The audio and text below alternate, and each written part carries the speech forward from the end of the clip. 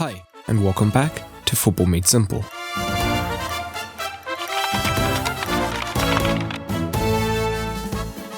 Since Lionel Messi declared his intent to leave Barcelona, the rumour mill has gone into overdrive. Various papers have linked him to a host of clubs, but the clear favourite at the moment is Manchester City.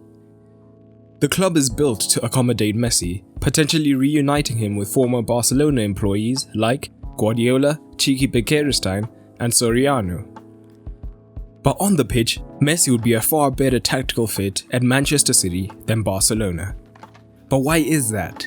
In this video, we take a look. And a big shout out to everyone who's been able to support on Patreon.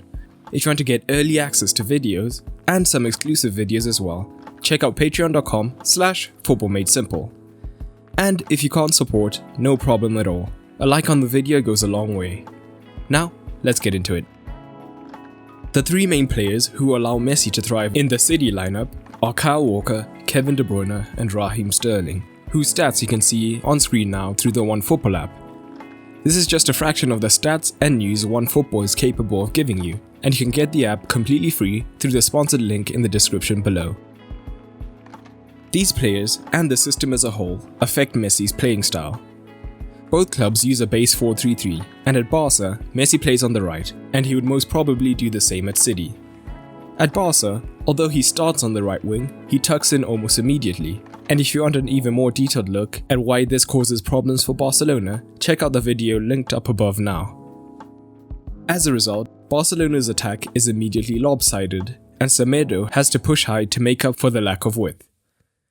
As we saw against Bayern and several other matches last season, this leaves a massive hole at the right back slot, which opponents can exploit easily on the counter. But in Pep Guardiola's system, Walker has been converted from a bombarding fullback to one who's much more concerned about the build-up play. This can take the form of inverting into the midfield to allow others to push higher, but we have often seen him more recently become the third centre-back during the build-up play, helping to begin the play.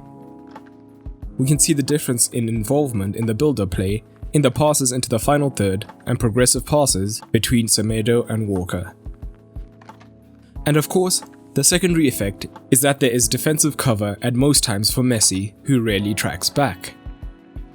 But one of the reasons Messi has to tuck in is because of the makeup of the midfield behind him.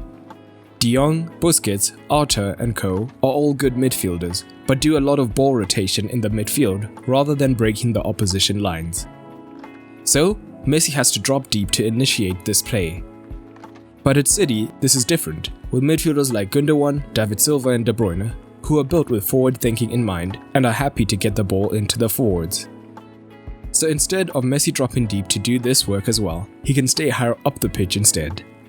We see the differences in the midfields in a few key stats. In terms of attempted passes, the numbers are fairly evenly distributed, as ball rotation isn't Barcelona's weakness.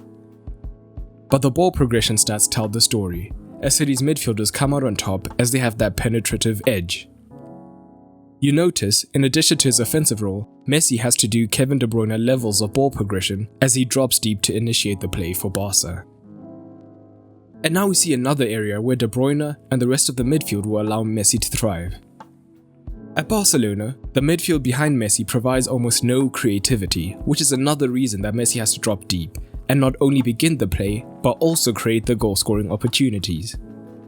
But at City, with this midfield behind him, it would be different, and De Bruyne in particular will let Messi stay higher and focus much more on goal-scoring and being an offensive threat.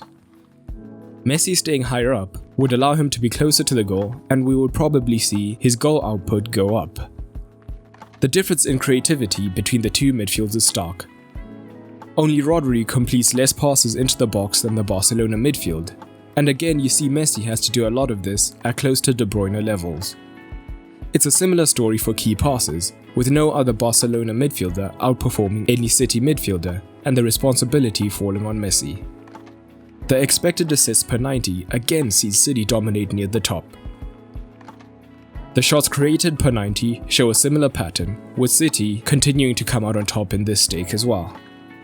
It should also be pointed out that these stats are from 1920, a season where City weren't even at their best. All of this means that from his higher position with City, he can stay wider if needed, But when he does cut in, it wouldn't be into the midfield, instead cutting in to attack the box and be a goal threat.